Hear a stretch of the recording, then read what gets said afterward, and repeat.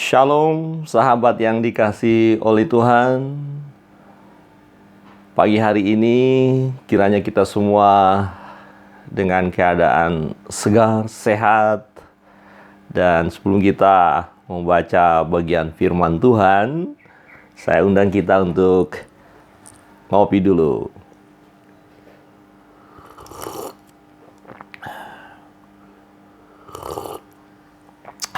Mantap. Sahabat yang terkasih, pembacaan kita dari 1 Samuel pasal 4.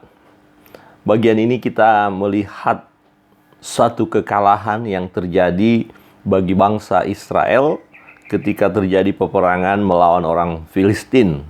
Temanya saya beri kekalahan seizin Tuhan, ya. Kekalahan seizin Tuhan. Saudara yang terkasih dalam Tuhan, di ayat 2 dan 3 berbunyi demikian. Orang Filistin mengatur barisannya berhadapan dengan orang Israel. Ketika pertempuran menghebat, terpukullah kalah orang Israel oleh orang Filistin yang menewaskan kira-kira 4.000 orang di medan pertempuran itu. Ketika tentara itu kembali ke perkemahan, berkatalah para tua-tua Israel, "Mengapa Tuhan membuat kita terpukul kalah oleh orang Filistin pada hari ini? Marilah kita mengambil dari Silo tabut perjanjian Tuhan, supaya ia datang ke tengah-tengah kita dan melepaskan kita dari tangan musuh kita." Saudara yang terkasih dalam Tuhan, mereka bertanya, mengapa kita kalah? Mengapa kita kalah? Tentu ini satu pertanyaan yang penting untuk memperbaiki langkah berikutnya. Ya, harus kita mengetahui kekalahan itu, kemudian kita akan memperbaiki diri supaya ke depan mengalami kemenangan. Tetapi fakta bangsa ini menemukan jawaban yang bukan dari Tuhan, melainkan pikiran mereka sendiri. Mereka berpikir, oh, kita kalah karena tidak ada tabut bersama dengan kita. Kemudian mereka memutuskan untuk mengambil tabut itu. Ketika tabut Allah, tabut perjanjian bersama dengan mereka, mereka bersorak-sorai, bersukacita. Mereka yakin mereka akan menang. Tetapi kenyataan adalah mereka kalah. Ya, mereka kalah, bahkan Hofni dan Pinehas, anak Imam Eli, mati. Kemudian tabut itu pun dirampas oleh orang Filistin.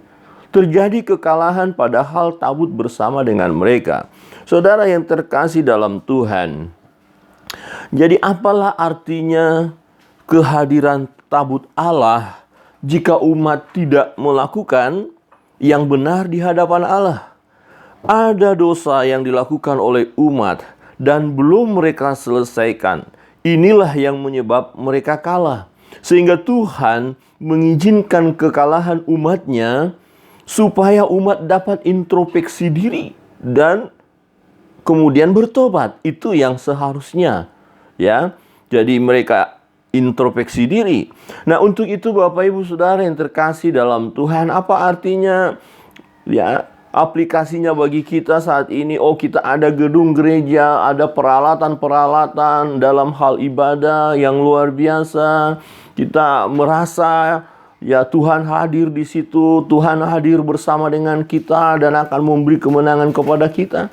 Tetapi jika ada dosa yang kita lakukan dan kita tidak selesaikan, tidak bereskan, kita tidak akan mengalami kemenangan. Jadi gedung gereja yang mewah, peralatan yang luar biasa, tidak akan ada gunanya, manfaatnya jika kita tidak mengutamakan Allah. Jadi yang terutama adalah Allah. Bukannya tidak penting gedung gereja, ya, bukannya tidak penting tabut itu. Kita tahu bahwa hadirnya tabut, adanya tabut melambangkan hadirnya Allah.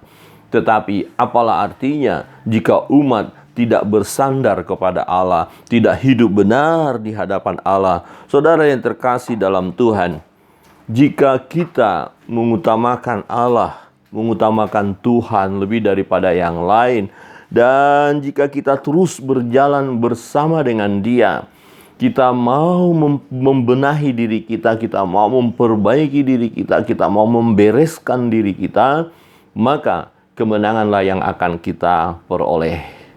Mungkin hari ini bisa kita kalah. Kita gunakan itu sebagai introspeksi diri kita. Ya, mengapa saya kalah? Kemudian kita memberi diri untuk dipimpin oleh Roh Kudus. Jika sekiranya ada dosa atau kesalahan yang kita lakukan, mari memperbaiki diri. Memperbaiki diri. Datang kepada Tuhan. Berharap kepada Tuhan. Sungguh-sungguh melakukan kebenaran. Maka kita akan menjadi pemenang. Bahkan firman Tuhan katakan, lebih daripada pemenang. Tuhan memberkati kita. Shalom. Mari kita ngopi dulu. Haleluya.